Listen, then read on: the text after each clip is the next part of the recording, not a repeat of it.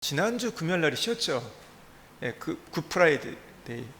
참 좋은 표현인 것 같아요. 우리 한국에 있으면 성금요일이 굉장히 우리가 완전 고난받고 죽어야 되는 날이거든요. 모든 걸 이제 다 안 해야 되고 막 이렇게 되는데, 여긴 굿프라이데이에서 굉장히 좀 밝더라고요. 의외로요.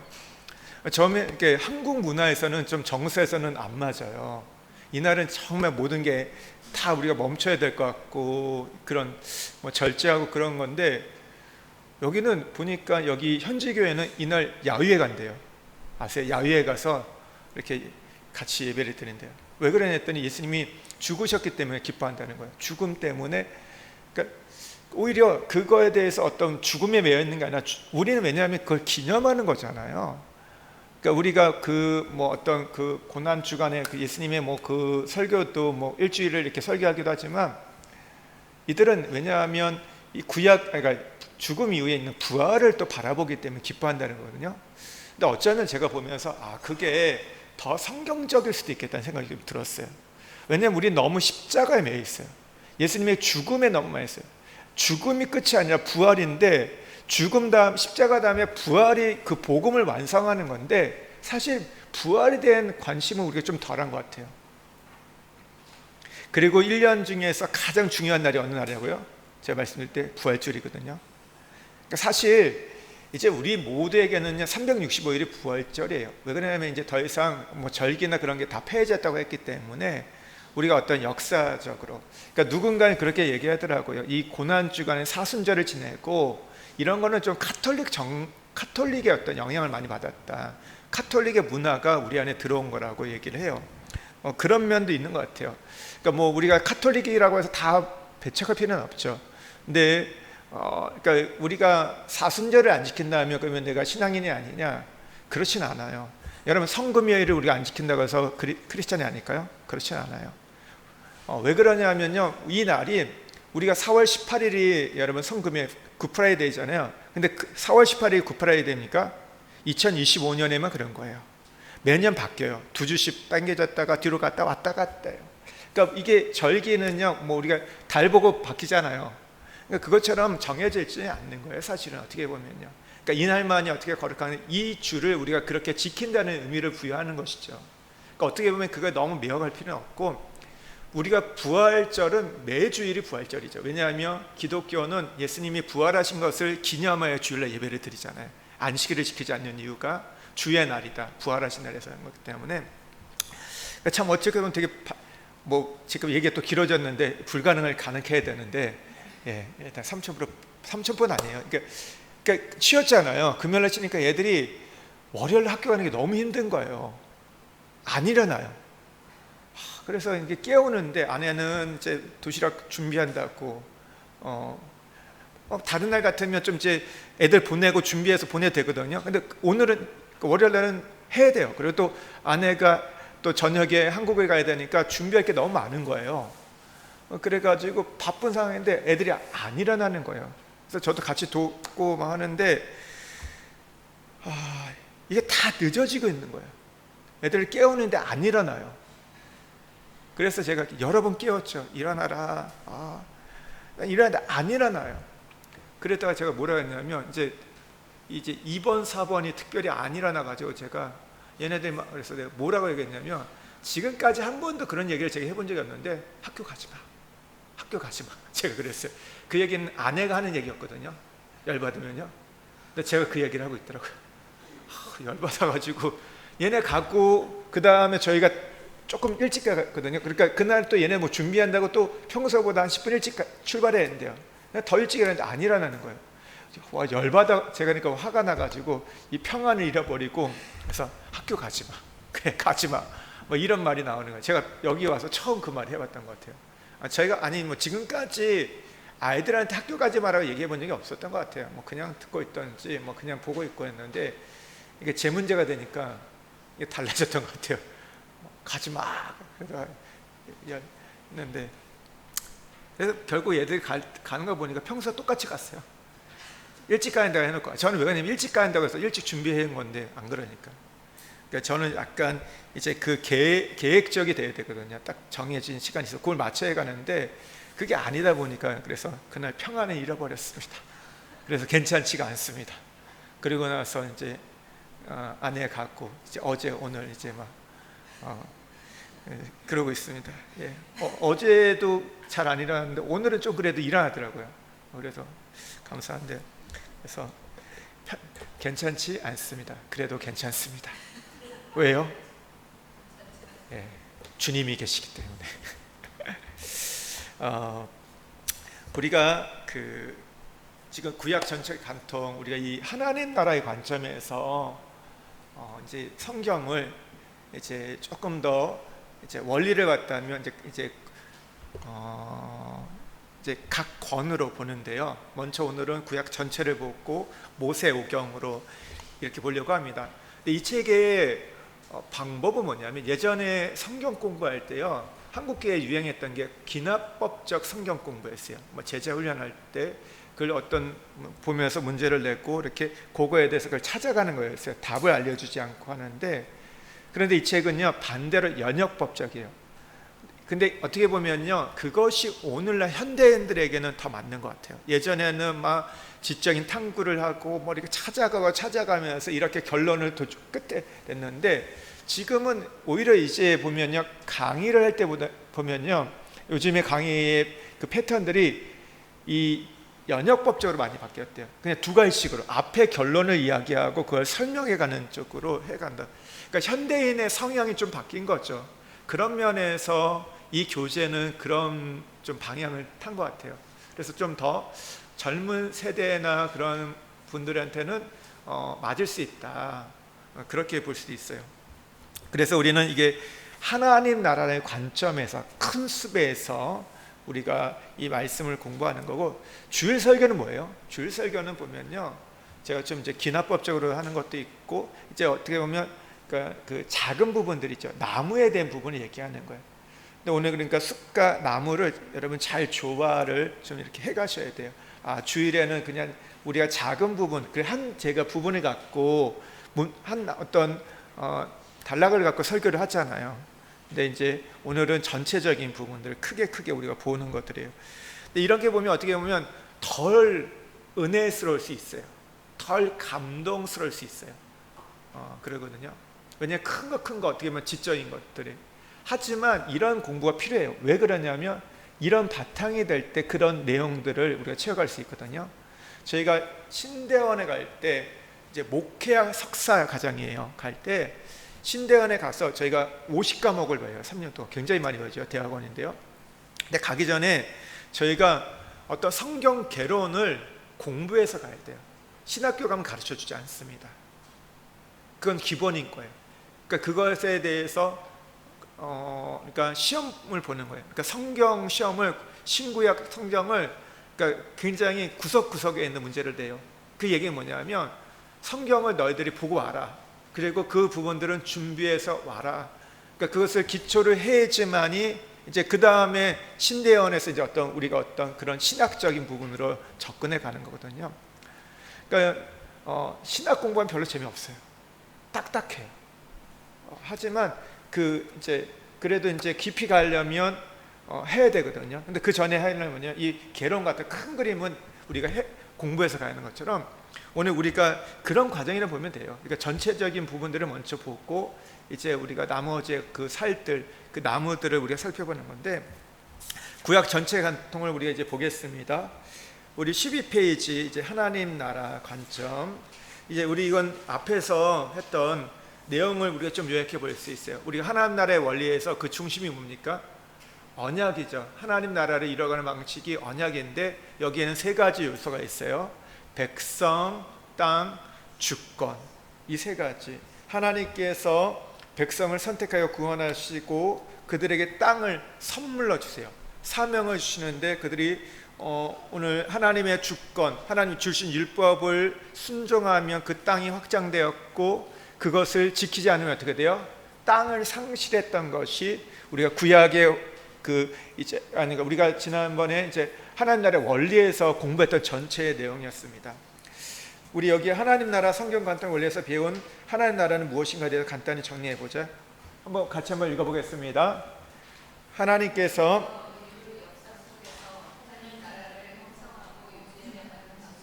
언약이다. 하나님께서는 자신의 백성을 택하셔서 언약의 당사자로 세우신다. 그리고 언약의 당사자에게 땅을 선물로 주신다.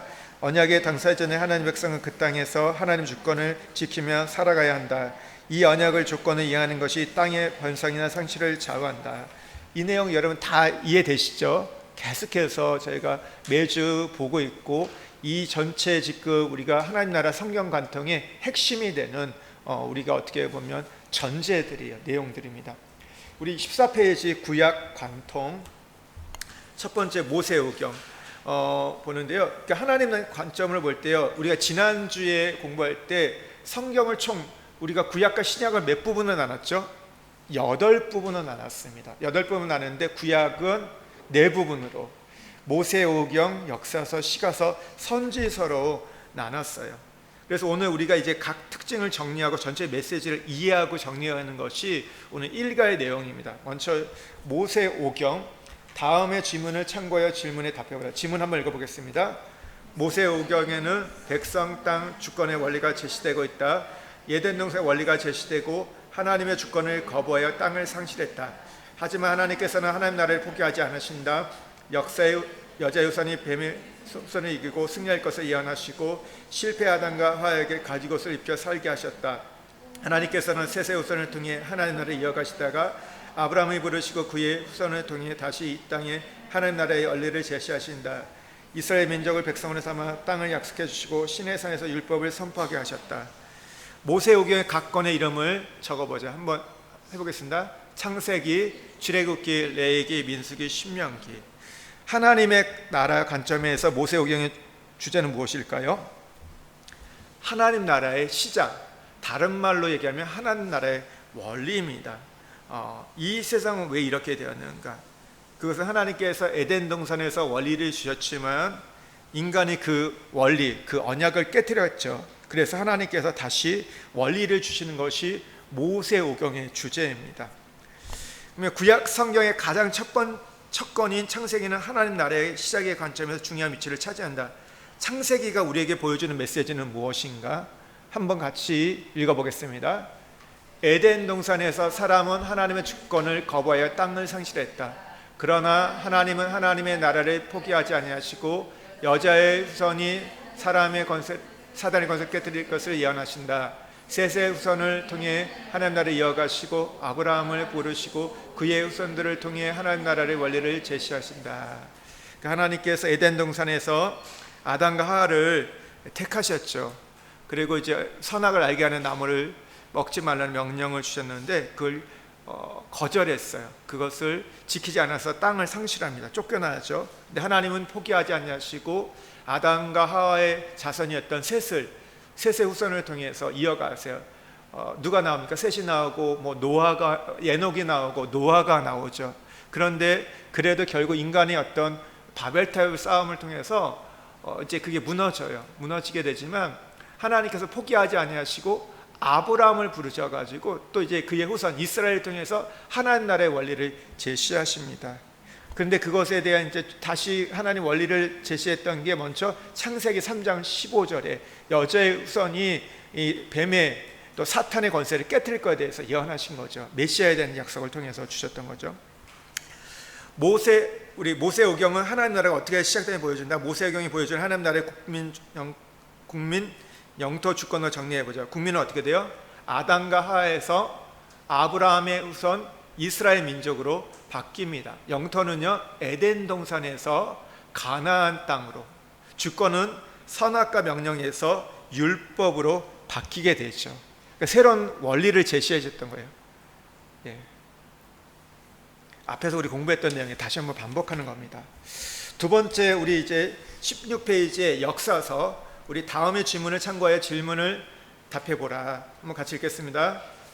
역사서는 이스라엘 백성이 멸망하여 바벨론의 포로로 잡혀가기 전에 기록된 역사서 1과 포로기에 기록된 역사서 2로 나뉜다.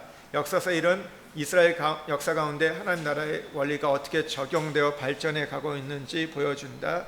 역사서 2는 멸망하여 소망을 잃어버린 하나님 백성에게 하나님 나라는 여전히 유효하다는 말씀을 전한다. 역사서 각 건을 이름을 적어보자. 12권입니다. 한번 보겠습니다. 여호수아, 사사기, 룻기, 사무엘상, 사무엘하, 열왕기상, 열왕기하, 역대상, 역대하, 에스라, 니에미야, 에스더. 그러면 하나님 나라의 이 관점에서 역사서의 주제는 뭘까요? 하나님 나라의 발전 과정입니다. 그러니까 발전 과정. 그러니까 이 앞에서는요, 그 모세오경은 하나님 나라의 시작 원리라면 이 역사서는 발전 과정인데요. 이건 적용입니다. 그러니까 하나님의 나라의 원리가 어떻게 적용되고 발전되어 갔는지, 이게 발전했던 게 뭐냐면 역사 속에 이제 계시되었다는 거예요. 근데 이 계시되었을 때 순종의 결과는 어떻게 되고 불순종의 결과는 어떻게 되었는지를 보여줍니다. 우리 세 번째, 역사서는 두 부분으로 나눌 수 있으며 역사서는 여호수아부터 열왕기까지다. 이 부분의 메시지는 무엇인가? 그러니까 역사서를 오늘 이 책에서는요 두 부분 나눴어요. 역사서 1 나눴는데 그 시작이 여호수아부터 오늘 열왕기하까지예요. 그리고 역사서 2는 그 다음에 있었던 역대상부터 에스더까지입니다. 그러니까 역사서 1은요 포로 이전의 이야기예요. 포로 이전의 이야기이고 역사서 2는 포로 때부터 포로 이후의 그런 역사를 나눈 겁니다. 역사서 1은 메시지가 뭐냐면요, 16페이지 밑에 보면요, 이스라엘 역사 가운데 하나님의 원리가 어떻게 적용되고 발전하고 있는지를 보여주는 거라고 이야기하고 있고요. 이 역사서를 하나님의 관점에서 흥망성쇠로 표현할 수 있습니다. 그러니까 여호수아, 사사기, 룻기, 사무엘, 상하, 열왕기, 상하를 흥망성쇠로 정리해 보면요, 흥은 뭘까요? 여호수아, 망은 사사기, 성은 룻기, 사무엘상, 새는 열왕기, 상하. 그러니까 여호수아는 무슨 내용입니까?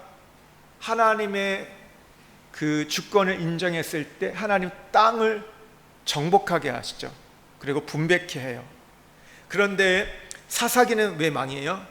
그곳에서 우상 숭배합니다. 그 땅의 문화에 동화되죠. 믿지 않는 남편과 결혼했으면 어떻게 돼요?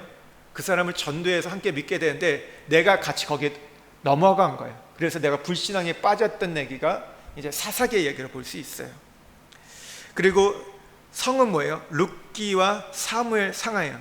다시 하나님을 경외함을 통해서 하나님의 말씀을 붙잡을 통해서 오늘 이스라엘 백성이 회복됩니다. 그래서 가장 부강해지죠. 이때 누가 나옵니까? 다윗과 솔로몬이 나오죠. 근데 그 앞에 보면 이제 룻기가 이방 여인이 그러니까 한 줄기 빛을 가져오잖아요. 정말 그 어두웠던 사사 시대 가운데 그 믿음의 여인의 한 그 선택과 그 결단 속에 하나님이 이 구원의 역사에 이르가지고 그를 통해서 누가 오는 거예요? 다윗이 오게 되는 거죠. 근데 그 사이에 또 이제 일했던 인물이 이제 뭐 한나, 또 사무엘이 있었죠. 새는 뭐예요? 열왕기 상하입니다. 이제 남북의 분열이 돼요. 이제 솔로몬의 죄로 인해서 남과 북이 나눠지게 되고 이제 북은 계속 완전 미끄러지죠. 19명의 왕이. 근데 그래도 남유다는 좀 그래도 뭐 선한 왕도 있었어요. 괜찮은 왕도 있어서 역사가 조금 더 길게 가는 걸 보게 됩니다.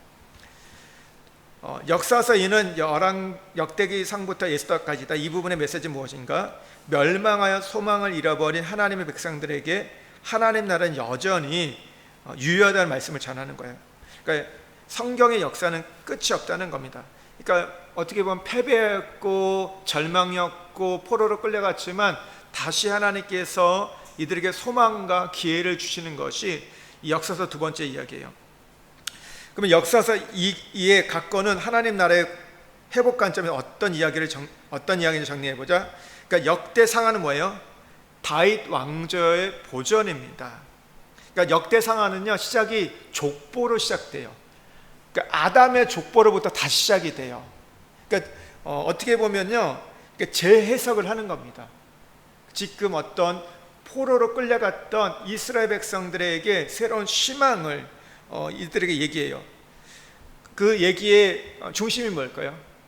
너희들이 지금 포로로 끌려갔고 패배했지만 너희들이 회개하고 돌아오면 다시 하나님이 회복시켜 줄 거야. 그런 소망의 메시지를 줘요.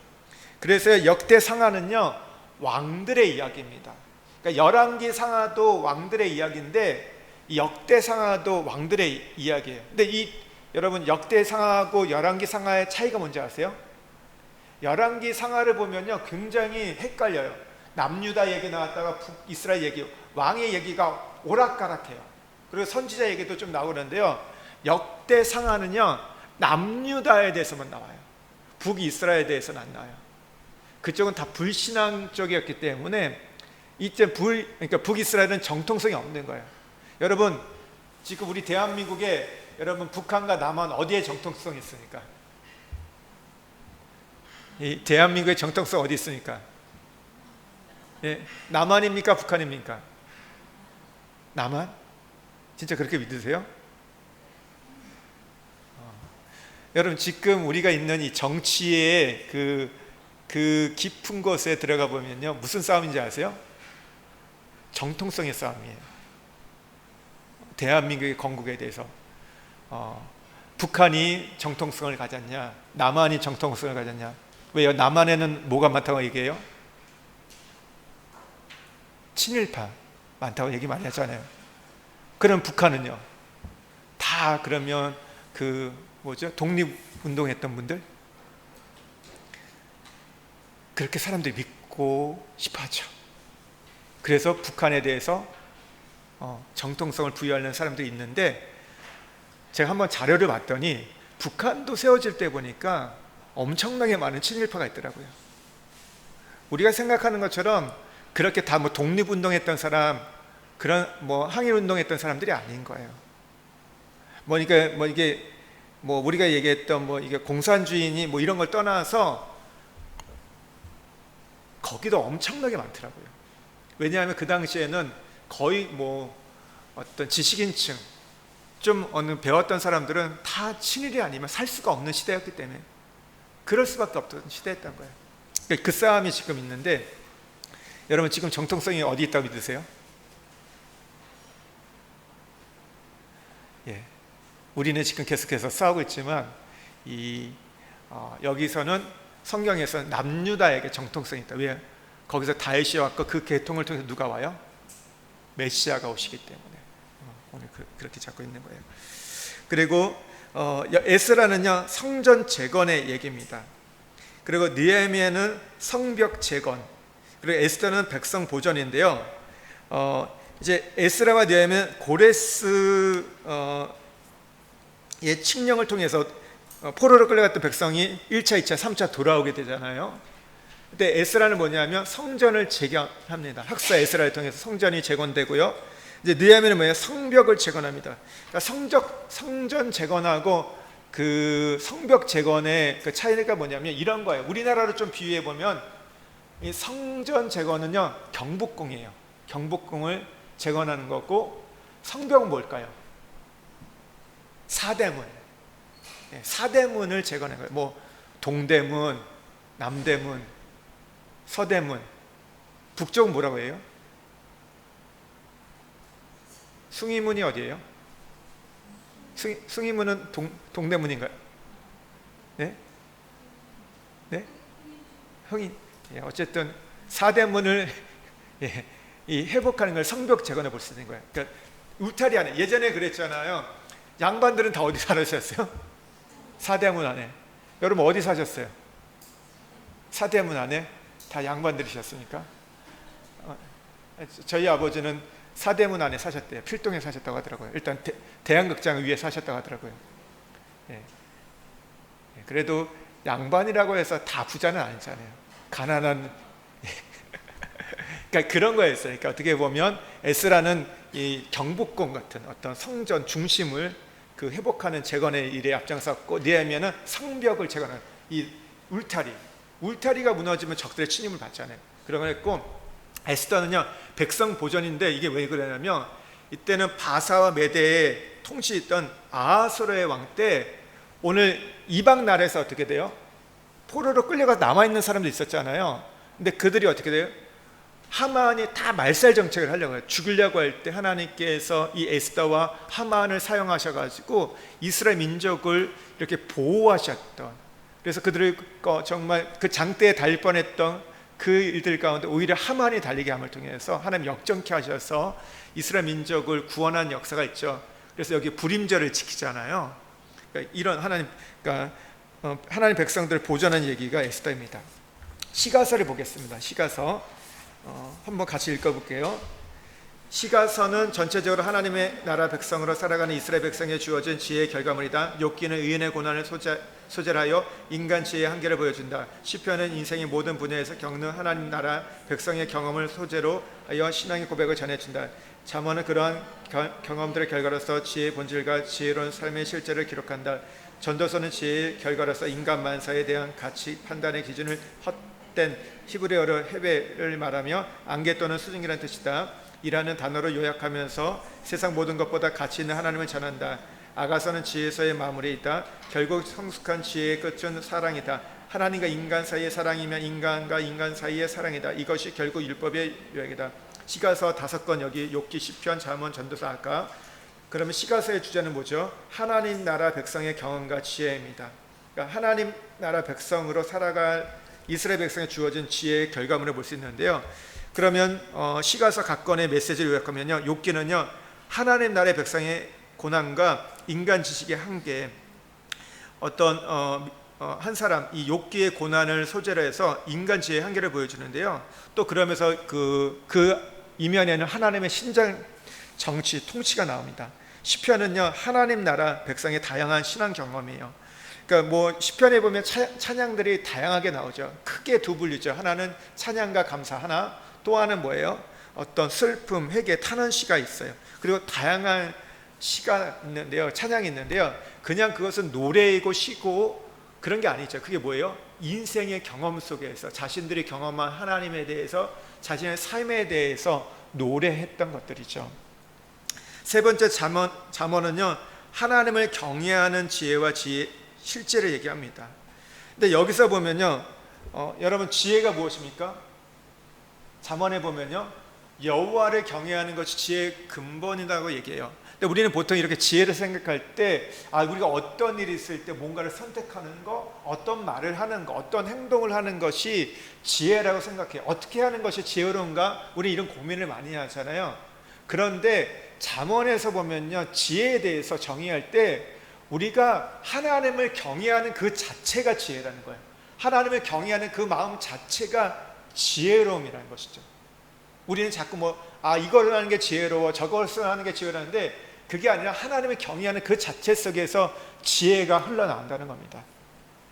네 번째는요, 전도서는 하나님 나라 백성의 진정한 가치가 무엇인지, 우리는 뭐라고 얘기해요? 이 세상은요 인생을 열심히 살아야 한다, 최선을 다해서 살아야 된다고 하는데 전도서는 그거에 대한 한계를 이야기해요. 그러니까 이런 거예요. 자기 개발의, 자아 실현의 한계를 우리에게 얘기해 주는 거예요. 여러분 자아 실현, 우리가 자기 개발 그런 책들 엄청나게 많잖아요. 근데 그게 한계가 있다는 거예요. 열심히 살아도 거기에 헛됨이 있다는 거. 그 열심히 사는 것 자체가 잘못된 게 아니라 더 이상 올라가지 못하는 그런 부분이 있기 때문에, 영혼이라는 것을 향해서 나가지 못하는 부분이 있기 때문에, 그리고 모든 것에 인생에 때가 있음을 또 이 지혜 전도서는 가르쳐주고, 전도서의 결론이 뭐예요? 그래서 창조주 하나님을 기억하라. 때가 이르기 전에 너희가 젊었을 때 창조주 하나님을 기억하라 얘기를 하죠.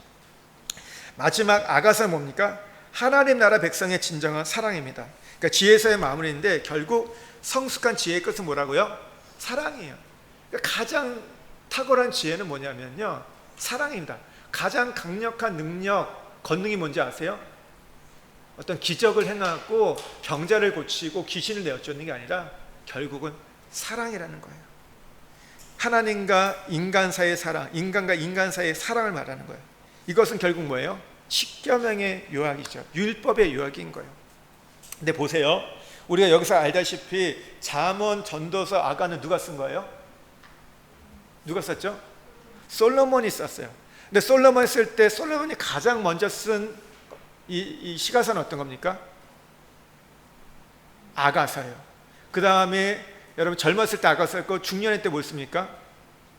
잠언을 써요. 그리고 인생의 노년에 전도서를 써요. 그렇다면 우리가 생각할 때 어떤 연대계절, 시간적인 개념을 보면 가장 먼저 나올 게 뭐예요? 아가서, 잠언, 전도서가 나는데 그러지 않아요. 잠언, 전도서, 아가가 나옵니다.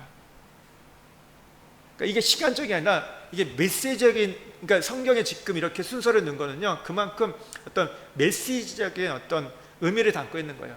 그러니까 결론이 우리에게 이제 시가서가 어떻게 보면 신앙에 있어서 최고점이에요. 구약에 있어서 가장 어떻게 보면 하나님의 백성들의 최고점을 찍는 건데 결론이 뭐예요? 사랑임을 우리에게 얘기해 주는 거예요. 그래서 고린도전서에서도 보면 가장 큰 은사가 뭐라고요? 사랑이라 말하고 있어요. 믿음, 소망, 사랑, 그것은 영원한데 제일 큰 거에 뭐라고 해요? 가장 귀한 게 뭐라고 해요? 사랑. 그래서 결론적으로 우리가 평생 살아가면서 우리가 해야 될 게 뭐예요? 사랑하는 거예요. 하나님 사랑하고 이웃을 사랑하는 거. 말은 쉬운데 잘 안 되죠. 근데 이걸 위해서 우리가 어떻게 보면 신앙생활을 하는 거예요. 그래서 왜 그러냐면요, 성경에 보면요, 이제 신약을 보면 신약의 끝이 뭐예요? 이제 완성은 계시록이지만 그 앞에 내용이 뭐예요? 요한 1, 2, 3, 4거든요. 요한서신은 다 뭐예요? 사랑에 대한 이야기거든요. 결론이 우리가 사랑에 이르게 되는 거예요. 사랑으로 시작해서 사랑으로 가는 거. 예수님의 사랑을 받고 그 사랑을 우리가 이제 또 전하는 거. 네 번째, 선지서를 보겠습니다. 선지서 17권이죠. 대선지서 5권, 소선지서 12권. 이제 이것은 분량에 따라 나눠지게 되는데 한번 같이 읽겠습니다. 선지서는 하나님 나라의 원리로 이스라엘 백성의 삶을 평가하며 경고와 심판의 메시지를 전한다. 요나와 나훔 그리고 오바댜는 아스르와 에돔에 대한 심판을 전하고 있으나 나머지 책들은 모두 이스라엘, 남유다, 북이스라엘에 관한 평가의 핵심이다. 선지자는 이 평가를 통해 하나님 나라의 위기임을 통감하며 하나님께서 주시는 새로운 소망을 전한다. 그 소망의 핵심에는 새 언약에 성취할 메시아 사상이 담겨 있다. 이 메시아 사상은 신약 복음서로 이어진다. 우리가 이것을 나눠보면요, 대선지서는 뭐예요? 이사야, 예레미야, 에가, 에스겔, 다니엘. 그러니까 어떻게 보면 에레미야, 에가는 부록이죠. 에레미야의 부록이라고 볼 수 있고요. 소선지서는요, 호세아부터 요엘, 아모스, 오바댜, 요나, 미가, 나훔, 하바구, 스바냐, 학개, 스가랴, 말라기. 이 구약의 히브리어 성경에 보면요, 이 12권은요 순서가 바뀐 적이 없어요. 늘 모세오경과 더불어서 이건 고정되어 있었는데요, 이 하나님 나라의 관점에서 선지서의 주제는 뭐냐? 그러니까 하나님 나라의 백성의 실패와 새 언약의 소망. 선지서가 뒤에 있는데요, 이걸 보면요 결국은 뭐냐면 이스라엘 백성의 이게 언제 쓰여졌습니까? 이 선지서는요 어떻게 보면 가장 나중의 이야기가 아니에요. 이게 왕들의 열왕들의 시대 속에서 문제가 있을 때 선지자가 메시지를 전했던 거예요. 그러니까 사실 선지자가 어떻게 왕성하게 활동할 때는요, 그 시대가 그만큼 어두웠다는 거예요. 누가 이렇게 많이 내세워져 있을까요? 왕이나 제사장이 있을 때는 평안한 거고 부강했던 시대예요. 선지자가 왜 있습니까? 선지자는 하나님의 말씀을 전하는 거거든요. 제사장은 무슨 입장이에요? 백성의 입장에서 하나님께 아뢰는 거잖아요. 그러니까 중보하는 거잖아요. 근데 이거 보면요, 그러니까 왜 하나님 말씀하세요? 잘 살고 있으면 그렇게 하나님 별로 말씀 안 하세요. 여러분, 애들이 잘하고 있는데 뭘 얘기하세요? 안 하죠. 마음에 안 들 때, 얘네들이 딴짓하고 있을 때, 뒤에서 꿍꿍이 하고 있을 때, 그때 엄마의 그 얘기가 많아지잖아요. 그 올바른 이야기, 그 말들이 계속해서 끊임없이 나오잖아요. 그러고 나서 어떻게 해요? 완전 애들을 잡잖아요. 하나님이 선지자를 통해서 이렇게 이들이 타락하고 부패했으니까. 왜 이스라엘 백성이 실패했습니까? 그 실패의 이유는요, 하나님께서 모세 오경을 통해서 말씀하신 율법을 이들이 지키지 않았다는 거예요. 그런데 하나님께서는요, 너희들 지키지 않아서 너희들이 징계받을 거야, 심판을 받을 거야. 이방의 나라들 봐, 이 나라들을 심판하는데 아모스 같은 거 보면요 회오리 쳐요. 밖에서부터 하나님께서 이방 나라들을 심판에 들어오면서 마지막은 북이스라엘과 남유다 너희들 심판할 거야, 그 메시지를 전하세요. 그런데 그게 끝이 아니에요. 그런데 너희들이 거기서 회개하고 돌아오면 내가 소망을 줄 거야. 그래서 하나님이 그 소망에 대해서 말씀을 전하시게 하고 그러면서 메시아에 대한 약속을 주세요. 우리가 이 성경 구약에 대해서 구약이 몇 권이에요? 네? 27권은 신약, 구약은요 39권이잖아요 우리의 성경이요. 그런데 유대인들이나 히브리 성경을 보는 사람들은요 22권이라고 얘기해요. 왜 그런가 하면요, 예전에 이 히브리 성경, 히브리어로 된 성경은요 이 소선지서 12권이 한 권으로 묶여 있었어요. 그리고 지금 우리는 사무엘 상하, 뭐 열왕기 상하, 역대 상하가 이렇게 나눠져 있었는데 상하 구분이 없어요. 구분이 없어요. 그냥 사무엘 성경 사무엘서예요. 그러냐 열왕기서예요. 역대서예요. 역대기서인 거예요. 그러니까 원래는 한 권이에요. 근데 우리가 나중에 이게 이제 율법 학자들이 서기관들이 이걸 좀 나눈 거예요. 그리고 원래는 장절도 없는 거 아세요? 장절도 안 나눠져 있었어요. 히브리 성경에 그냥 연결되어 있어요. 그래서 어떤 내용을 보면 안 맞아요. 장절이 내용이 그 장에서 딱 끝나야 되는데 그 다음 절까지 연결되는 경우도 있고 그래요. 그러니까 나중에 후대에서 그러니까 성경 하나님이 뭐 모세에게 말씀할 때 창세기 1장 1절 뭐 2절 이렇게 얘기한 게 아니에요. 나중에 이거는 이제 이거 좀 우리가 보기 편하기 위해서 했던 건데 이 구약은 그래서 우리는 지금 몇 부분을 얘기하고 있죠?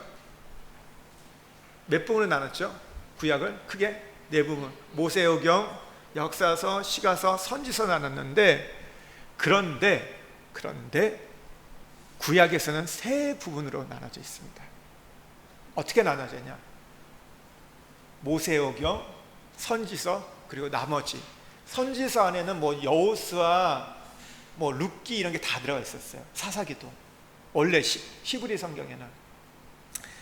그런데 이게 나중에 이 바벨론 포로 이후에 이제 식민지 생활하고 또 포로로 끌려가다 보니까 어떻게 돼요? 여러분 우리 다른 나라 살다 보면 가장 먼저 잃어버린 게 뭡니까? 언어를 잃어버리죠. 그러잖아요. 우리가 여기 자란 아이들 한국어 하지만 어때요? 다 뜻을 분명하게 이해 못하잖아요. 한국 가면 그래도 힘들어하잖아요. 그냥 일반 생활을 하지만 공부하려면 어려워하잖아요. 근데 이게 2대 3대 가면 어떻게 돼요? 점점 갈수록. 그래서 우리가 미국에 있는 아이들 보면 1.5세대, 2세대, 3세대 가면요 한국말을 못하는 아이들이 있어요. 잃어버리게 되는 거죠. 그래가지고 이들을 위해서 이제 어떤 이제 다른 이제 히브리어나 헬라어로 이렇게 성경을 번역해서 이제 했던 책들이 있는데 그러면서 그때 순서가 바뀐 거예요. 그때 모세오경, 역사서, 시가서, 선지서가 뒤로 왔던 겁니다. 내용은 바뀌지 않았어요. 그러니까 배열이 바뀌게 됐는데요. 근데 이 배열이 바뀌는 이런 가운데도 하나님의 섭리가 있는 것 같아요. 왜 그러냐면요, 선지서의 마지막 메시지가 뭐예요? 원래는 성경이 맨 끝은요 역대상하예요. 역대상하 맨 끝에 있었거든요, 히브리 성경은요. 근데 역대상하 중간으로 들어왔고, 그리고 시가서가 있고 선지서 뭐예요? 포로로 끌려가요. 근데 거기에서 끝나지 않고 소망에 대해서 얘기해요. 그러면서 거기에 계속해서 중점적인 뭐예요? 메시아에 대한 예언이 나온 거예요. 메시아에 대한 예표가 나오는 거예요.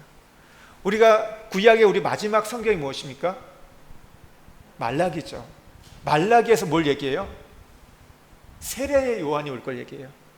세례의 요한이 와서 주의 길을 준비할 거다. 메시아의 길을 준비할 거다. 여러분, 우리가 마태복음 시작이 무슨 내용이에요? 세례 요한으로부터 시작되죠. 복음서의 시작이면 세례 요한이 주의 길을 준비하는 것 연결이 돼요. 말라기와 여러분 복음서가 연결이 됩니다. 400년 동안 여러분 중간기가 있지만 그것을 보면요, 이 선지서와 복음서가 연결되는 것, 그게 다 뭐야? 메시아에 대한 예표, 예수님이 오실 거에 대한 그 예표로 연결되는 걸 보게 됩니다. 여러분, 우리가 뒤에 22페이지 하나님 나라 주제로 구약 한눈에 보기, 우리 도표 한번 보시면요, 하나님 나라, 오경, 역사서, 시가서, 선지서인데요. 오경은 뭐라고요? 원리 시작입니다. 역사서는요, 그것을 적용한 거. 시가서는 그 적용한 결과가 어떻게 되느냐. 그리고 선지서는 평가와 미래예요. 평가와 미래에 대해서 얘기하는 겁니다. 위의 도표를 참조하여 그 모세오경, 역사서, 시가서, 선지서 하나님 나라의 관점으로 관통하여 정리해 보라 할 때, 그 다음 표를 보여주시면요, 이 내용은요 22페이지 맨 위에 보면요 나와 있습니다. 모세오경은 하면서부터 이제 그 문맥이 중간까지, 중간에 보면 뭐 제시함으로 신약을 바라본다까지가 그거에 대한 정리 내용입니다. 어딘지 아시겠죠? 네, 그거 시간상 그렇게 보시면 될 것 같아요. 우리 24페이지 이과의 핵심 정리해 보면요, 구약을 하나님 나라의 관점으로 관통할 수 있다. 모세오경 뭐예요? 하나님 나라의 시작. 역사서는 하나님 나라의 발전 과정. 시가서는 하나님 나라 백성의 경험과 지혜. 선지서는요 하나님 나라 백성의 실패와 새 언약의 소망. 이제 이가로 넘어가겠습니다. 그 다음 페이지 보시면요,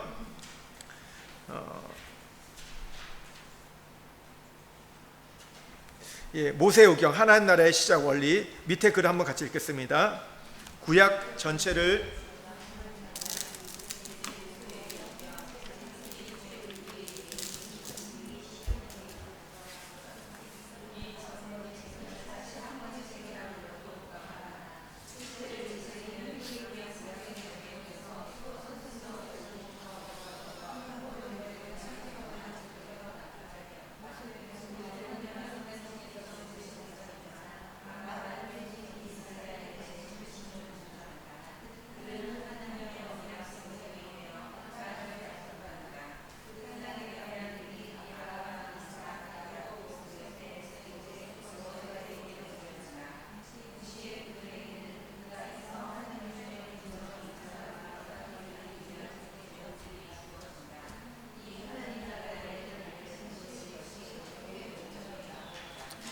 모든 성경 66권의 여러분 중심, 그 시작은 모세오경입니다. 신약의 이야기도 모세오경에서 발전된 거예요. 점진적인 계시를 통해서 통일성을 갖고 그 내용이 확장돼서 완성된 거라는 거예요. 그러니까 모세오경을 우리가 모르면 사실 성경을 모르게 됩니다. 왜냐하면 하나님 나라의 원리와 시작이 여기에 있기 때문에. 여러분, 우리가 뭐예요? 첫 단추를 잘못 당기면 어떻게 돼요? 중간에 잘한 것처럼 보이지만 끝에 가면 어긋나게 되죠. 우리가 창세기를 보면 여러분 무엇을 보게 됩니까? 요한계시록을 보게 돼요. 그래서 우리가 요한계시록을 해석하기 위해서는 또 창세기를 봐야 돼요. 서로가 연결되어 있거든요. 시작 끝은요 다르지 않고 이것이 연결되어 있고 하나로 이렇게 통합되어 있는 걸 보게 됩니다. 모세오경의 내용분에 우리 보면요, 한번 위에 내용을 보겠습니다. 모세오경은 크게 하나님께서 창조한 세상이 어떻게 지금과 같은 세상이 되었는지에 대한 기원을 설명하는 부분과 창세기 1장에서 11장이요, 에덴에서 쫓겨난 인류가 살아가는 이 세상이 어떻게 하나님 나라가 세워지고 발전해 나가는지를 기록하는 부분은 아닙니다. 창세기 12장부터 신명기. 이 책은 모세오경을 크게 두 부분으로 나눠요. 창세기 1장부터 11장. 이건 뭘까요? 우리가 낙원을 잃어버린 것들, 그러니까 하나님 나라를 잃어버린 내용들이 1장부터 12장이고 실패했죠. 그랬을 때 하나님께서 12장으로부터 이제 아브라함을 통해서, 이스라엘 후손을 통해서 이제 새로운 가나안 땅에서 새로운 이제 하나님의 그 언약 속에 이제 그 원리를 시작하는 내용이 이 창세기 12장부터 신명기까지입니다. 그러니까 낙원을 회복하는, 어떻게 보면 우리가 하나님 나라를 회복할 것인가 그 원리를 가르쳐 주는 거예요. 우리 29페이지에 보면요, 다음의 말씀을 통해 하나님 나라의 원리와 필요성을 성경이 어떻게 제시하는지 정리해봐라. 우리 창세기 2장 15절 여기 말씀 읽어보겠습니다.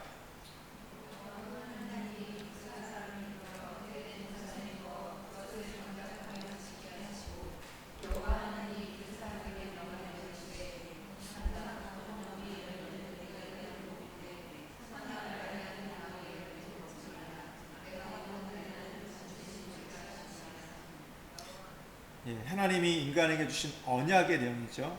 인간 세상의 원리 지키면 복을 누린다는 말씀이에요. 우리 창세기 3장 23절 말씀 보겠습니다. 여호와 하나님이 에덴에서 그를 내보내어 그의 근원인 된 땅을 갈게 하시니라. 그를 내보내요. 그러니까 에덴에서 쫓겨난 거죠. 하나님 주권을 인정하지 않았을 때, 언약을 지키지 않았을 때, 그 근원이 된 땅을 갈게 하시니라. 땅을 갈게 된다는 게 뭐냐면 지금까지는 놀고 먹다가 이제 일하게 됐다, 그런 의미가 아니에요. 그 이전에도요, 에덴 동산에서 아담은 일을 했습니다. 경작했거든요. 그 땅에서 수고했습니다. 그 땅을 다스렸어요. 하나님을 대행해서. 근데 여기서 땅을 갈게 되었던 게 뭐냐면 하나님 없이 하는 노동을 이야기하는 겁니다. 여러분, 우리가 그래서 구약에서 인간이 죄를 짓고 나서 노동을 저주라고 얘기했는데, 노동 자체가 저주가 아니라 뭐예요? 하나님 없이 일하는 것이 저주라는 거예요. 하나님 없이 돈을 버는 것, 하나님 없이 우리가 뭔가를 해나가는 것들, 그게 저주라는 거예요. 하나님 없이 생존하는 자체가 저주라는 거예요. 그러면 이 땅 가운데 지금도 저주 가운데 사는 자들이 있죠. 하나님 없이 여러분 우리가 억만장자가 되고, 하나님 없이 뭐 이 사람이 무슨 굉장히 어떤 명예를 갖고 성공을 한다 해도 그것은 저주임을 얘기해요. 스스로 그 땅을 갈아야 되니까 혼자 하는 것, 이게 저주입니다. 우리 창세기 4장 16절 17절 말씀 함께 읽겠습니다. 가인이 여호와 앞을 떠나서 에덴 동쪽 놋 땅에 거주하더니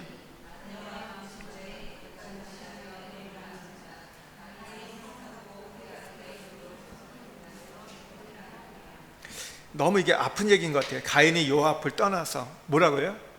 여호와 앞으로 돌아와서라고 해야 되는데 떠났다고 얘기해요. 이게 인간이 타락한 자들은요, 결론이 그거예요. 하나님을 떠나게 된다는 거, 방황하게 되고 어떤 인생의 방향을 자기가 정하게 돼요. 그리고 스스로 자기를 지켜갑니다. 여기에 보면 뭐 결혼해서 이제 동침해서 임신에 에녹을 낳았다는데, 이 에녹은요, 우리가 성경에 말하는 하나님과 동행했던 에녹이 아닙니다. 성경에 보면 동명이인이 많이 나오거든요. 다른 에녹인데요. 근데 가인이 거기서 뭘 했다고요? 성을 쌓고. 성이 뭐예요? 그게 뭘 지금 왜 졌을까요? 그 이전에 있었던 에덴 동산을 흉내냈다는 거예요. 에덴 동산 뭐가 있어요? 울타리가 있잖아요. 보호가 있는데 그 하나님께서 지켜주시는, 거기에는 이제 하얀검을 들고 이 천사들이 지키잖아요. 보호해 주잖아요. 근데 이게 뭐예요? 성을 지금 세웠다는 건 뭐예요? 내 스스로 나를 지켜간다는 거예요. 나를 보호해 간다는 거예요. 적들의 공격으로부터 보호한다는 거. 두려움이 있는 거죠. 빼앗길 거에 대해, 소유에 대해서. 그러니까 어떻게 돼요? 싸움이 일어나는 거예요. 전쟁이 일어나는 거예요. 그리고 이 가인의 그 자녀가 몇 명인지 아세요? 4명입니다. 4명인데 3남 1녀예요. 저희 집하고 같은데요. 여기서부터 이제 문명이 발달되기 시작합니다. 야발은 목축업을 해요. 그리고 유발은 이제 음악, 예술, 두발가인은 금속공예, 기계의 문명을 발달합니다. 그래서 우리가 어떤 이 문화 사역을 하는 분들은 그래서 세상의 문화에 대해서, 세상의 문화는 중립적이지 않습니다. 이 문명의 시작이 어디서부터 됐다고요? 가인의 자손으로부터 됐다는 거예요. 그래서 여기에는 독소가 있어요. 하나님을 떠난 곳에서부터 이 문명이 발달되어 있기 때문에, 그래서 우리는 문명이 발달되면 세상이 좋아질 것처럼 얘기하잖아요. 과학이 발달하고 의학이 발달되면. 여러분 정말 그런가요? 좋아지나요? 인생이 행복해지지 않습니다. 뭐 편해지는 건 있겠죠, 물리적으로. 여러분 얼마나 좋으니까 집에 이제 로봇 청소기 있고 우리 이제 건조기 있고 하니까 일들이 뭐 식기세척기 있으니까 되게 많이 그 예전에 했던 노동들이 줄어들었어요. 편해졌어요. 여러분 근데 그게 없어졌다고 여러분이 행복하세요? 일이 줄었다고 해서 여러분 늘 여러분 마음이 해피하시고 가정이 화목하고 그러세요? 근데 우리는 그렇게 얘기해요. 간구할 때 보면 마치 그게 있으면 집이 마치 천국이 될 것처럼 얘기해요. 근데 우리가 싸우는 일은 뭐예요? 굉장히 사소한 것 갖고 싸우잖아요. 집에 분란이 일어나는 거 보면요. 여러분, 우리가 정말 이 지금 해외를 살면서 진짜 고마워할 것 중에 하나가 뭐예요? 카톡이에요. 카톡이 얼마나 좋습니까? 예전에는 외국에 나가면 서신을 보내고 그러면 뭐 한 달 후, 뭐 두 달 후 이렇게 연락, 뭐 사람들한테 인편을 보내고 뭐 이래야 되지만 연락을 주고받았는데 지금 어떻게 돼요? 즉각. 우리 그러잖아요. 그 비상기업 내릴 때 바로 연락이 왔잖아요. 바로 왔어요. 저희 누나도 자다가 그 소식도 바로 저한테 문자를 보내는 거예요. 바로 이제 그래서 알게 됩니다. 그래서 제가 편해지는 시작이 됐어요. 근데 또 어때요? 제가 그 청년한테 작년에 연말에 제가 한국에 있을 때 제가 청년 제자예요. 친했던 제자인데 작년에 결혼을 했어요. 근데 참 갖지 못해서 좀 안타까운데, 그래서 연말에 또 이제 문자를 보냈어요. 문자를 보냈는데 얘가 답을 안 보내는 거예요. 안 보내는 게 아니라 안 본 거예요. 소위 우리가 이름을 뭐라고 얘기하죠, 애들이요? 일십했다고 하잖아요. 순간 당황스러운 거예요. 근데 그게 얼마 전까지, 지난주인가 제가 하는데 지난주까지 일십하고 있는 거예요. 지난주에도 보냈는데도 일십하고 있는 거예요. 이게 뭐지? 그래서 그 언니한테 전화해가지고 얘 카톡 혹시 바뀐 거 아니냐? 그대로예요. 안 바뀌었대요. 그러니까 더 그런 거예요. 얘가 나한테 뭔가 마음이 좀 안 좋은 게 있나? 얘가 결혼하더니 마음은 좀 바뀐 건가? 그런 생각이 드는 거예요. 나중에 그래서 답이 왔어요. 근데 왜 그랬더니 자기가 그때 회사를 이제 다른 데로 이직하면서 너무 바빴대요. 결혼도 하고 그러다 보니까 놓쳐버린 거예요. 근데 저는 뭐라고 생각한 거예요? 일십한 거 아니야? 그러니까 뭐예요? 여러분, 일십당하면 어떻게 돼요? 분노도 일어나기도 하고 별의별 생각이 다 일어나고 불안하기도 하고 막 이러잖아요. 발달했어요, 과학이. 근데 또 그게 우리에게 꼭 사람이 더 급해졌죠. 내가 지금 문자를 보내는 남편이 답을 안 해요. 그럼 어때요? 괜찮으세요? 뭐 그냥 사세요? 이 인간이 하면서 막 그러잖아요. 그러니까 참 이렇게 보면 문명이 발달해서 꼭 좋은 것만은 아닌 것 같아요. 그것이 결국 우리를 행복해 주지는 않은 것 같습니다. 행복은 거기서 오지 않기 때문에 편리는 없겠죠. 인생의 어떤 편리한 것들은 있겠지만 이 부분들, 왜 그래요? 이 문명의 시작 속에는 그런 가인의 어떤 스피릿이 흐르기 때문에 그런 것 같습니다. 그리고 났을 때 이제 어떻게 돼? 창세기 11장 1절 4절이 한번 읽겠습니다.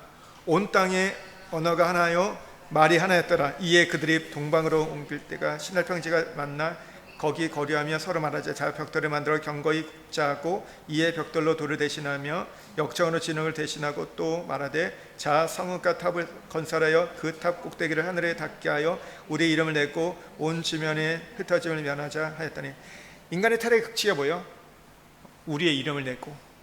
그래서 이 사람들이 이게 지금 바벨탑은 뭐냐면 그 당시에 신전, 어떤 랜드마크를 만드는 거예요. 그러니까 요즘에도 보면요, 인간의 권력을 가지면 뭘 합니까? 건축을 해요. 그래 가장 높은 거, 가장 뭐 이렇게 큰 거, 그래서 자신을 높이기 위해서. 그래서 이 당시에도 보면 전쟁에 승리하면 노예를 잡아서 했던 일이 뭐예요? 성을 짓고 하는 일이었죠. 근데 이게 하나님의 굉장히 큰 분노를 일으키죠. 그래서 하나님께서 바벨탑으로 언어를 흩으시고 나서 이제 창세기 12장 30페이지에 보면 신명기까지 하나님께서 이제 새로운 이제 인류 구원의 목적을 갖고자 하나는 다시 새롭게 세울 거 계획하세요. 그래서 그 계획에 선택된 인물이 누구예요? 아브라함을 부르셔가지고 갈대우르에서 부르셔서 언약을 맺으시고 그의 후손 이스라엘 백성을 통해서 하나님께서 약속의 땅 가나안을 주세요. 가나안 땅을 인도하셔가지고 그 가는 과정 속에서 어떻게 해요? 시내산에서 언약을 주시죠. 그래서 이 언약을 순종하면 너희가 살아갈 때 가나안 땅에 축복이 열 거라고 약속을 주세요. 여기 도표가 있죠. 도표는 여러분 보시면요, 국민은요 이스라엘 아브라함의 후손으로 구성되어 있습니다. 이 말씀은 뭐 창세기, 출애굽기, 민수기 뭐 족장들의 얘기에서 계속 나오고요. 영토는 뭐예요? 가나안 땅을 약속하시죠. 이건 계속해서 하나님께서 약속을 주신 거예요. 그리고 주권은 뭐야? 하나님 율법 계시, 출애굽기, 레위기, 민수기, 신명기에 나옵니다. 여기에 보면요, 우리 창세기 12장 1절 2절 말씀 한번 같이 읽겠습니다. 여호와께서 아브라함에 이르시되 너는 너희 고향과 친척과 아버지의 집을 떠나 내가 내게 보여줄 땅으로 가라. 내가 너로 큰 민 이루고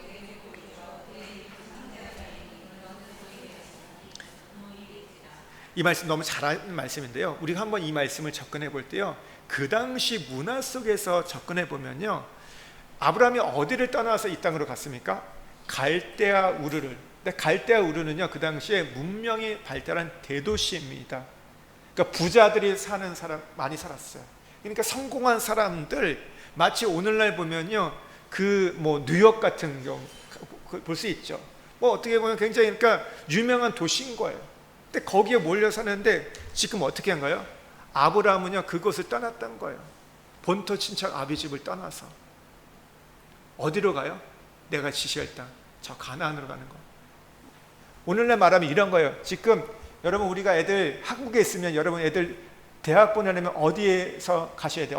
어디로 이사 가셔야 돼요? 강남 대치동, 아니면 저기 뭐 노원구, 아니면 뭐 분당, 이런데 어떤 교육 도시로 가야 되잖아요. 거기 가서 애들 가해시켜야 되고 학원 보내 뺑뺑이 돌려가야지. 이제 뭐 우리가 말하는 소위 그 좋은 어떤 뭐 대학들 갈 수 있잖아요. 그렇게 가야 되는데 지금 뭐예요? 아브라함에게 저 시골로 가라는 거예요. 저 오지로 가라는 거예요. 어떻게 보면요, 그 당시에 어떤 가치관하고 문화하고는 정반대의 길을 가게 했던 거예요. 그 당시에 어때요? 성을 쌓는 문화가 있어요. 바벨탑의 문화가 있었잖아요. 그러니까 성공 출세가 들어가야 되는데 그걸 반대로 가라는 얘기예요. 우리가 생각할 때 그래서 아브라함이면 대단한 거예요. 어떻게 보면 그걸 다 포기하고 간 거잖아요. 뭐 조건이 있었죠. 아들 주겠다는 얘기 때문에 가긴 갔는데, 여러분 성경은요, 오늘 우리에게 그 얘기를 하는 거예요. 세상은 우리에게 뭐래요? 강남으로 가라, 대치동으로 가라, 뭐 이렇게 어디를 가라 얘기하는데, 아니 거길 빠져나와야 돼. 그 대도시를 빠져나와야 돼. 그 사람들이 몰리는 거, 모든 것들에 뭐 권력이 있고 명예가 있고 돈이 있는 곳이 아니라 그것을 빠져나와서 살아가야 된다고 얘기하고 있어요. 아브라함은 그렇게 오늘 왔던 거예요. 그래서 하나님은 그 아브라함을 그렇게 선택하셔서 가나안 땅을 약속을 주시죠. 그리고 이제 아브라함 후손 요셉을 통해서 애굽으로 이주하게 됐고 크게 번성합니다. 이제 수백만이 되었을 때 이제 바로가 그거에 대해서 두려워해가지고 그들을 이제 죽이려고 하니까 하나님께서 10가지 재앙을 통해서 또 유월절 사건, 또 홍해 사건을 통해서 그들을 인도하시지만 1세대는요 그 하나님 나라의 비전에 이르지 못합니다. 그래서 대부분 다 광야에서 죽게 됐고 2세대를 통해서 가나안에 들어갈 준비를 하게 되세요. 그래서 2차에 걸쳐서 이제 하나님께서 다시 모압에서 1차는 시내산에서 하나님 율법을 주셨다면 다시 38년 후에 이제 39년 후에 하나님께서 모압에서 제2차 율법을 주세요. 그 율법을 준수하고 살아가는 것, 그것이 너희들의 인생을 좌우할 것이라고 말씀하시는 것이 이제 신명기의 얘기입니다. 요 밑에 여러분 보시면요, 우리가 32페이지에 여기 모세오경 후반부에 아브라함의 약속한 하나님 나라 구체적으로 어떻게 형성될 과정을 보자 할 때 앞 페이지에 보시면 31페이지 밑에 부분에서 밑에서 네 번째 줄 아브라함의 후손은부터 시작해서 32페이지에서 네 번째 줄까지, 위에 네 번째 줄까지가 오늘 그 내용들입니다. 보시면 될 거고요. 하나님 나라 모세오경을 관통하기 보시면요, 모세오경은 하나님 나라의 시작, 창세기 A 1장에서 11장은 하나님 나라의 원리의 필요성, 창세기 10장부터 신명기는 하나님 나라의 시작의 원리예요. 여기에 보면 창세기 내용을 한번 그냥 간략하게 보면 1장에서 11장은요 하나님 나라의 원리와 필요성, 창조와 타락입니다. 그리고 12장에서 50장은 하나님 백성의 형성이에요. 아브라함과 언약, 백성의 형성, 가나안 약속에 대한 이야기가 나옵니다. 이 출애굽기는요 하나님의 백성의 구원과 시내산의 언약입니다.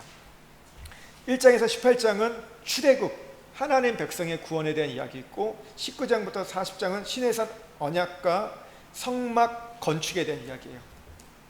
레위기는 하나님의 주권의 상정 율법입니다. 그래서 1장에서 10장은요 제사 규례가 나와요. 5대 제사가 나오고요. 11장에서 17장은요 정결 규례, 어떤 부정한 것들이 무엇이고 속죄일에 대해서 나옵니다. 18장부터 27장은 윤리와 기타 규례, 여기는 7대 절기가 나옵니다. 민수기는요 하나님 나라 백성의 방황이에요. 여기 보면 10번이나 하나님을 시험하고 목소리를 청정하지 않았다는 얘기. 그랬을 때 결코 너희가 그 땅을 보지 못할 걸 말씀하세요. 1장에서 10장은요 가나안으로 행전을 준비하고 11장부터 25장은요 38년 광야의 여정이에요. 하나님 준비했지만 이들이 불순종 불신앙했을 때 38년 동안 뺑뺑이 합니다. 그래서 1세대들이 다 죽게 돼요. 26장부터 36장의 세 세대의 율법인데 26장에서 2차 인구조사를 해요. 1장에서 1차 인구조사가 있었고 2차 인구조사가 26장 세 세대 가운데 이제 인구를 조사를 해서 이제 새롭게 하나님 백성을 선택하시고 그들에게 인도하시는 걸 보죠. 신명기는 다시 받은 하나님의 주권의 상징이에요. 1장에서 3장은요 모세 해고, 그러니까 구원 역사를 해고합니다. 시내산에서 가데스 바네아, 가데스 모압까지 역사를 돌아봐요. 그러니까 그 신명기는 3번의 설교가 나오거든요. 크게요. 1장에서 3장, 어떻게 보면 4장까지가 1차 설교예요. 과거에 대한 설교고, 그리고 4장부터 어떻게 보면 5장부터 26장까지가 2차 설교예요. 2차 설교. 현재에 대한 설교인데 여기서 보면 4장부터 11장은요 시내산 율법을 다시 다룹니다. 그래서 여기 십계명이 나와요. 그 출애굽기에 나오는 십계명과 이 신명기에 나오는 십계명의 차이가 있는데요. 출애굽기의 십계명은 창조를 중심으로 얘기해요. 창조. 근데 신명기는 구원입니다. 구원으로 다시 재해석해서 이 율법을 줍니다. 12장부터 26장은 새 땅에서의 삶의 규례가 나오고요. 27장부터 34장은 이제 3차 설교예요. 3차 설교인데 언약갱신과 모세의 죽음. 그리고 이제 그러니까 이거는 이제 3차 설교 미래에 대한 얘기입니다. 미래에 대한 얘기. 33장까지 보면 모세의 죽음과 노래, 예언이 나와요. 34장은요 모세가 죽은 이후의 얘기입니다. 그러면 신명기 34장 누가 기록했을까요? 누가 기록했을까요? 모세 오경인데요. 누가 기록했을까요?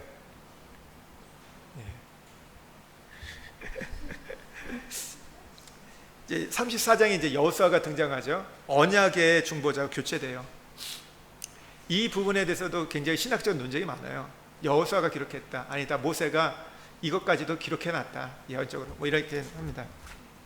지리적 배경을 본 모세 오경, 여기에 보면요 시작이요 창세기, 그러니까 위에서 보면 블레셋 위쪽에서 갈대아 우르에서 아까 이때 여기 들어보셨을 때 갈대아 우르가 수메르 문명입니다. 그런 굉장히 발달한 문명에서 거기서 쭉 나와서 창세기 1장에 보면 어디로 가요? 이집트로 가죠. 이집트, 애굽에 가서 있다가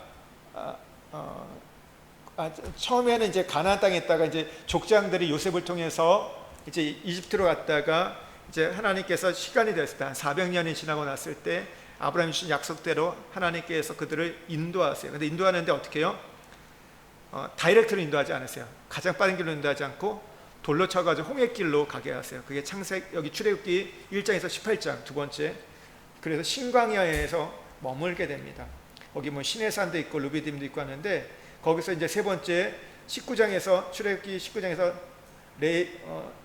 19장 24장 율법을 주시는 것과 레위기의 이제 제사법에 대해서 말씀을 하세요.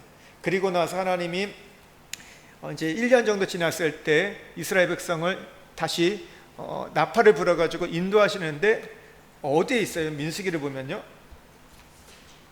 이들이 약속의 땅에 가지 못하고요, 민수기 네 번째 여기에서 38년 동안 머물게 됩니다. 왜 그렇습니까? 정탐했을 때 40일 정탐했을 때 이들이 10대 2 다수가 불신앙, 메뚜기였다, 저들은 거인들이고 우리가 이길 수 없다, 갈 수 없다, 이렇게 불신앙하다 보니까 하나님 그 얘기 듣고 어떻게 해요? 38년 동안 그 사람 죽기를 기다리잖아요. 그래서 거기서 계속 여기서 그냥 광야에서 헤매는 게 38년이에요. 그리고 나서 어떻게 해요? 다시 하나님께서 제2세대를 인도해서 신명기, 모압 평지. 모압 평지가 어디입니까? 요단 동편. 요단 동편. 요단 서편이 어디예요? 성경에서 요단 서편이라고 할 때 가나안 땅이에요. 그러니까 신명기는 어디예요? 아직 약속의 땅 가나안에 들어가지 못하고 그 앞에 초입까지 온 거예요. 그러니까 요단강을 건너야 되잖아요. 그러니까 요단강을 건너기 가까지 온 겁니다. 우리 여기 마지막 37페이지 모세오경의 핵심과 결론을 한번 읽어보겠습니다.